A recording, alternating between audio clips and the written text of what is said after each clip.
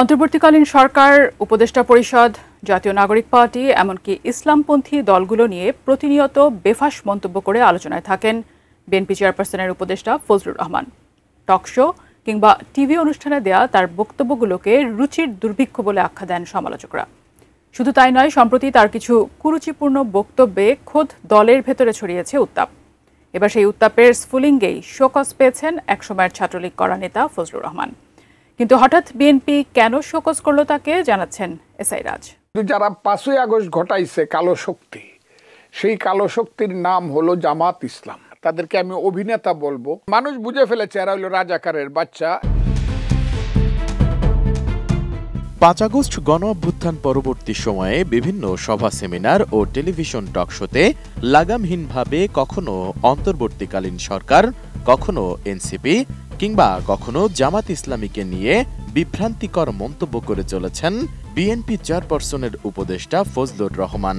রাজনীতিতে তাকে ঘিরে আলোচনা যেন থামছেই না।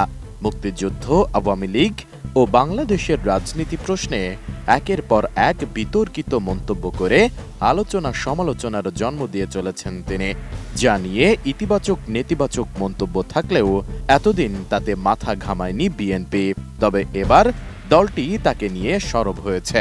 18 কোটি মানুষের মধ্যে 17 কোটি 75 লাখ মানুষ মুক্তিটা আমি প্রমাণ করবে তো এদেশের মানুষ। It will be proof. যদি না হয় মনে করবো আমার জন্ম মিথ্যা। এরা কি বুঝে? মুজিববাদের এদের জন্ম 98 সনে। এরা কি বুঝে? এরা কি জানে? What they know? নতুন বাংলাদেশ গড়তে এলো জুলফিকার স্টিল। জুলফিকার স্টিল, ইস্পাত দৃঢ় অঙ্গীকার। ধারাবাহিকভাবে উদ্ভট ও শৃঙ্খলা পরিপন্থী বক্তব্যের অভিযোগে এবার কারণ দর্শানোর নোটিশ দেওয়া হয়েছে বিএনপি চেয়ারপারসন বেগম খালেদা জিয়ার এই উপদেষ্টাকে। 24 আগস্ট দলটির কেন্দ্রীয় দপ্তর থেকে এই শোকজ দেওয়া হয়েছে। নোটিশে যথাযথ কারণ দেখিয়ে আগামী 24 ঘন্টার মধ্যে লিখিত জবাব দেওয়ার জন্য বলা হয়েছে।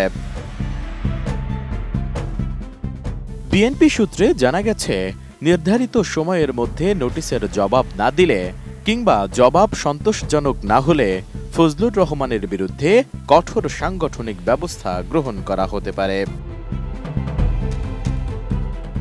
ফজলুর রহমানকে দেওয়া নোটিশে বিএনপি বলেছে, তিনি জুলাই আগস্ট ঐতিহাসিক গণ অভ্যুত্থান নিয়ে ক্রমাগত কুরুচিপূর্ণ ও বিভ্রান্তিকর বক্তব্য দিয়ে আসছেন এবং আত্মদানকারী শহীদদের নিয়ে যে বক্তব্য দিচ্ছেন তা সম্পূর্ণরূপে দলীয় আদর্শ ও গণ অভ্যুত্থানের চেতনার পরিপন্থী।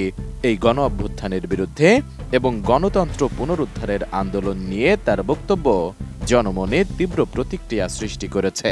এটা দলের সুনাম ক্ষুণ্ণ করার সুপরিকল্পিত চক্রান্তের প্রয়াস বলেই অনেকেই মনে করছেন। নোটিশে আরও বলা হয়েছে, ফজলুর রহমান জনগণের ধর্মীয় অনুভূতিতেও আঘাত দিয়ে কথা বলছেন। জুলাই আগস্ট গণ অভ্যুত্থানে বিএনপির 450-র অধিক নেতাকর্মী সহ প্রায় 1,500-এর অধিক ছাত্র জনতা শহীদ হয়েছেন এবং 30,000-এরও অধিক মানুষ গুরুতর আহত হয়েছেন। গণতন্ত্র পুনরুদ্ধারের জন্য গণ অভ্যুত্থানে ছাত্র জনতার এ ধরনের বিরচিত ভূমিকাকে তিনি প্রতিনিয়ত অপমান ও অমর্যাদা করছেন, তাই তাকে শোকজ করা হয়েছে।